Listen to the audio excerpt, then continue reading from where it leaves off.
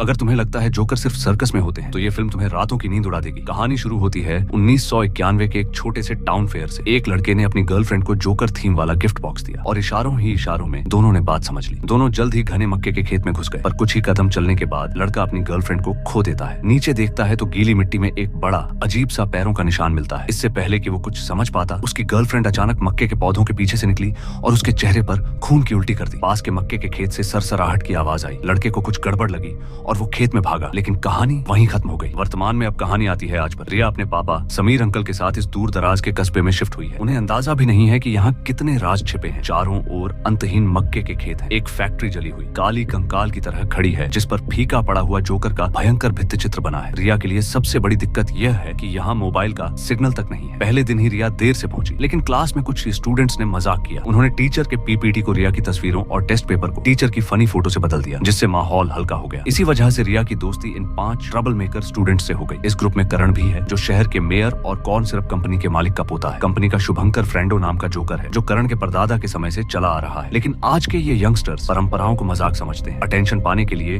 उन्होंने joker friendo को serial killer बना दिया है और उसके खूनी छोटे शॉर्ट वीडियो बनाकर ऑनलाइन डाल रहे हैं। रिया उनके साथ एक जली हुई फैक्ट्री में ड्रिंक करने गई। करण ने बताया कि आग लगने की रात वे वहीं वीडियो शूट कर रहे थे। उसने कहा कि आग शॉर्ट सर्किट से लगी, लेकिन कस्बे के लोग मानते हैं कि इन्होंने ही आग लगाई थी, इसलिए वे पूरे शहर की नजरों में प्रॉब्लम स्टूडेंट्स बन गए। तभी बाहर से मोनू की चीखने की आवाज आई। सब भागे और देखा कि मोनू पेट पकड़े हुए आ रहा है। उसकी आंतें बाहर लटक रही हैं और पीछे हुक वाला एक जोकर है। रिया डर कर भागी, पर करण ने उसे रोका। यह सब भी उनका एक और प्रैंक था। आंतें प्रोब थीं और जोकर बना था कालू। इस शरारत से रिया और करण के बीच नजदीकियां बढ़ी। पार्टी के बाद करण रिया को घर छोड़ने गया और गाड़ी में ही दोनों करीब आ गए और किस करने लगे। तभी समीर अंकल वहां आ गए, जिससे माहौल खराब हो गया। उस रात रिया ने अपने फोन में शूट किया हुआ वीडियो देखा। उसे कोने में एक और जोकर नजर आया, जो खंभे के पीछे छिपकर उन्हें घूर रहा था। उसने तुरंत कालू को स्क्रीनशॉट भेजा, पर कालू ने इसे भी मजाक समझा। अचानक कालू के फोन पर एक वीडियो आया, जिसमें वही जोकर उसके घर के दरवाजे पर खड़ा था। कालू ने इसे भी मजाक समझकर पानी की पिचकारी लेकर घर के अंदर चेक किया। उसे कुछ नहीं मिला, पर तभी अलमारी में उसे जोकर वाला म्यूजिक बॉक्स दिखा। जैसे ही उसने हैंडल घुमाया और बॉक्स का ढक्कन खुला, कालू पहला शिकार बन गया। जुलूस और खून खराबा अगले दिन शहर में जुलूस था। मेयर अपनी पत्नी के साथ भाषण दे रहे थे। किसी ने ध्यान नहीं दिया कि उनके पास ही एक एक्रोबैट कॉस्ट्यूम वाला जोकर खड़ा था। उस जोकर ने अचानक हाथ में पकड़ी आग की गेंदें फ्लोट पर फेंक दी। फ्लोट में आग लग गई और विशालकाय जोकर का पुतला गिरते गिरते मेयर को बचा। पूरे स्क्वायर पर अफरा तफरी मच गई। इंस्पेक्टर टुंडे ने रिया और उसके दोस्तों को वहां देखा और बिना सोचे समझे उन्हें गिरफ्तार करके जेल में डाल दिया। जेल से छूटने के बाद समीर अंकल ने रिया को उन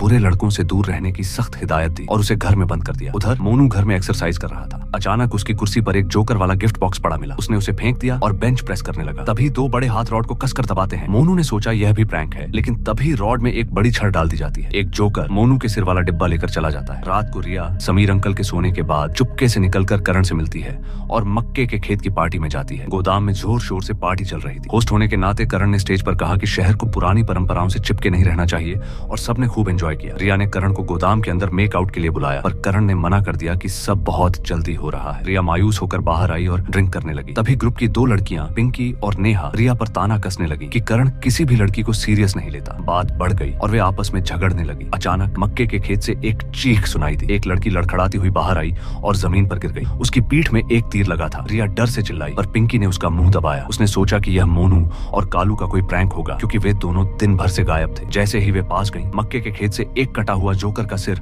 हवा में उड़कर आया। पिंकी ने उसे उठाया और मजाक में मास्क निकाला, पर अंदर मोनू का कटा हुआ सिर था। उसने डर कर सिर नेहा पर फेंक दिया और नेहा पर खून के छींटे पड़े। रिया ने आगे बढ़कर तीर लगी लड़की की नब्ज चेक की और कांपते हुए बताया कि वो मर चुकी है। तभी धनुष पकड़े एक जोकर खेत से निकला और उसने एक और स्टूडेंट को तीर मार दिया। वे तीनों गोदाम की तरफ भागे, पर दरवाजा अंदर से बंद था। उन्हें पीछे से जाना पड़ा। जब जोकर उन्हें पकड़ने ही वाला था, तभी समीर अंकल रिया के पिता अपनी बंदूक लेकर आ गए और जोकर को गोली मार दी। रिया मास्क उतारने ही वाली थी कि खेत से 10-12 और जोकर हथियार लेकर उनकी तरफ दौड़े। समीर अंकल ने गोली चलाकर कुछ को भगाया, पर एक जोकर रिया पर हमला करने दौड़ा। करण ने आकर उसे मार गिराया। तहखाना और मौत बिना टाइम गंवाए सब समीर अंकल के साथ बगल के एक वेयर हाउस में छिप गए। अंदर रिया को पता चला कि यहाँ सिग्नल बिल्कुल नहीं है और समीर अंकल के पास सिर्फ 3 गोलियां बची हैं। जोकर बाहर से दरवाजे पर जोर जोर से मार रहे थे। समीर अंकल ने दरवाजे के गैप से 2 गोलियां चलाई, जिससे जोकर थोड़ा पीछे हटे, पर अब बस एक गोली बची थी। करण और समीर अंकल बहस करने लगे। इसी दौरान लड़कियों को पता चला कि समीर अंकल और करण एक कपल है। हैरान होने से पहले ही रिया की नजर जमीन पर बने ड्रेनेज पंप पर पड़ी। उसने सबको नाले में छिपने को कहा। समीर अंकल ने बाकी लोगों को भागने देने के लिए रुकने और जाल बिछाने का फैसला किया। जैसे ही वे लोग नाले से बाहर निकले,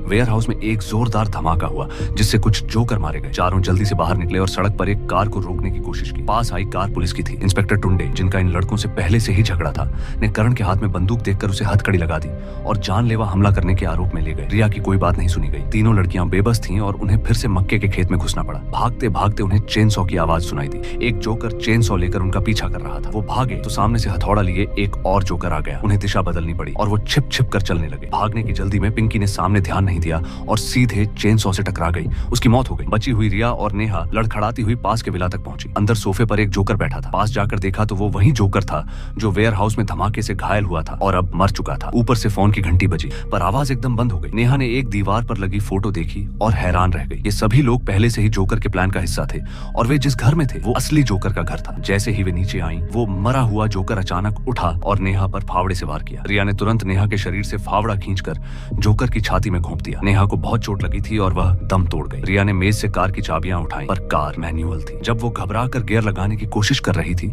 तभी दूसरे जोकर वहां आ गए और रिया पकड़ी गई। पर्दाफाश रिया को होश आया तो उसने खुद को जली हुई फैक्ट्री में पाया जो अब रोशन थी। कई जोकर उसके चारों ओर थे। एक ने अपना मास्क हटाया, वो इंस्पेक्टर टुंडे था। एक एक करके बाकी जोकरों ने भी अपने मास्क उतारे। वो थे उनके टीचर और कस्बे के अन्य लोग। आखिर में जोकर का मेकअप किया हुआ एक आदमी बाहर आया। यह मेयर यानी करण के पिता थे। मेयर ने बताया कि उन्होंने जोकर बनकर ये हत्याएं क्यों की। उन्होंने कहा कि हर कुछ सालों में शहर की शांति भंग करने के लिए कुछ बुरे बीज उगाते हैं और करण का ग्रुप सबसे बड़ी समस्या था। उन्होंने कहा कि इन खरपतवारों को खत्म करके ही शहर में शांति आएगी। उन्होंने यह भी कहा कि वह करण से अपना रिश्ता तोड़ चुके हैं क्योंकि उसने अपनी बहन को मारा और पूरे शहर को बर्बाद कर दिया। मेयर ने ऊपर एक पर्दा हटाया जहां करण हवा में लटका हुआ था। मेयर का प्लान था कि करण को बकरा बनाकर सारी हत्याओं का इल्जाम उस पर डाल दिया जाए और फिर इसे आत्महत्या बता दिया जाए। रिया विरोध करने लगी पर टुंडे ने उस पर बंदूक तान दी। तभी समीर अंकल गाड़ी चलाते हुए अंदर आए और दो जोकरों को टक्कर मारकर हटा दिया। समीर अंकल ने करण को बचाने की कोशिश की पर मेयर ने उनकी बांह पर गोली मार दी। रिया भागकर एक छोटे गोदाम में छिप गई जहां जोकर के कपड़े रखे थे। उसे एक आइडिया आया। मेयर ने देखा कि उसका प्लान फेल हो रहा है